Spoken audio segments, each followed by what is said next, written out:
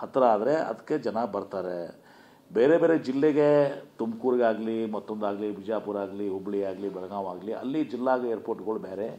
ಇದು ಬೆಂಗಳೂರಿನ ಸಂಬಂಧಿಸಿದಂಥ ಬೆಂಗಳೂರು ಜನತೆಗೆ ಅನುಕೂಲ ಆಗಬೇಕು, ಬೆಂಗಳೂರಿಗೆ ಅನುಕೂಲ ಆಗಬೇಕು, ಬೆಂಗಳೂರಿನ ಎಲ್ಲ ಬಿಸ್ನೆಸಸ್ಗೆ ಅನುಕೂಲ ಆಗಬೇಕು, ಬೆಂಗಳೂರಿನ ಸರ್ವಾಂಗೀಣ ಅಭಿವೃದ್ಧಿ ಆಗಬೇಕು ಮತ್ತು ನಾವು ಗ್ಲೋಬಲಿ ಇವತ್ತಿನ ದಿವಸ ನಾವು ಕಾಂಪಿಟೇಟಿವ್ ಇರಬೇಕು. ಆ ದೃಷ್ಟಿಯಲ್ಲಿ ಮೆರಿಟ್ ಆಧಾರ ನಾನು ಹೇಳ್ತೇನೆ, ನನಗೆ ಯಾವುದೇ ಒಂದು ಆಸಕ್ತಿ ಇಲ್ಲ.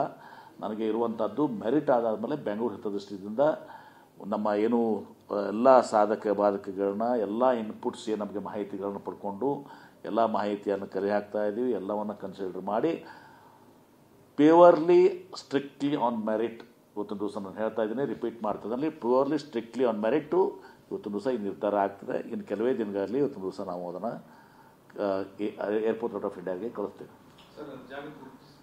ನಾನು ಅದೇ ಹೇಳ್ದಲ್ಲ, ಜಾಗ ನಾನು ಭಾಳಷ್ಟು 4-5 ಜಾಗಗಳಿದ್ದಾವೆ. ಅದರಲ್ಲಿ ಎಲ್ಲ ಸಾಧಕ ಬಾಧಕಗಳೆಲ್ಲನೂ ತೆಗೆದುಕೊಂಡು ಒಂದು ಅಂತಿಮ ನಿರ್ಧಾರವನ್ನು ಮುಖ್ಯಮಂತ್ರಿಗಳ ಜೊತೆ ಚರ್ಚೆ ಮಾಡಿ ನಿರ್ಧಾರ ಮಾಡ್ತೇವೆ.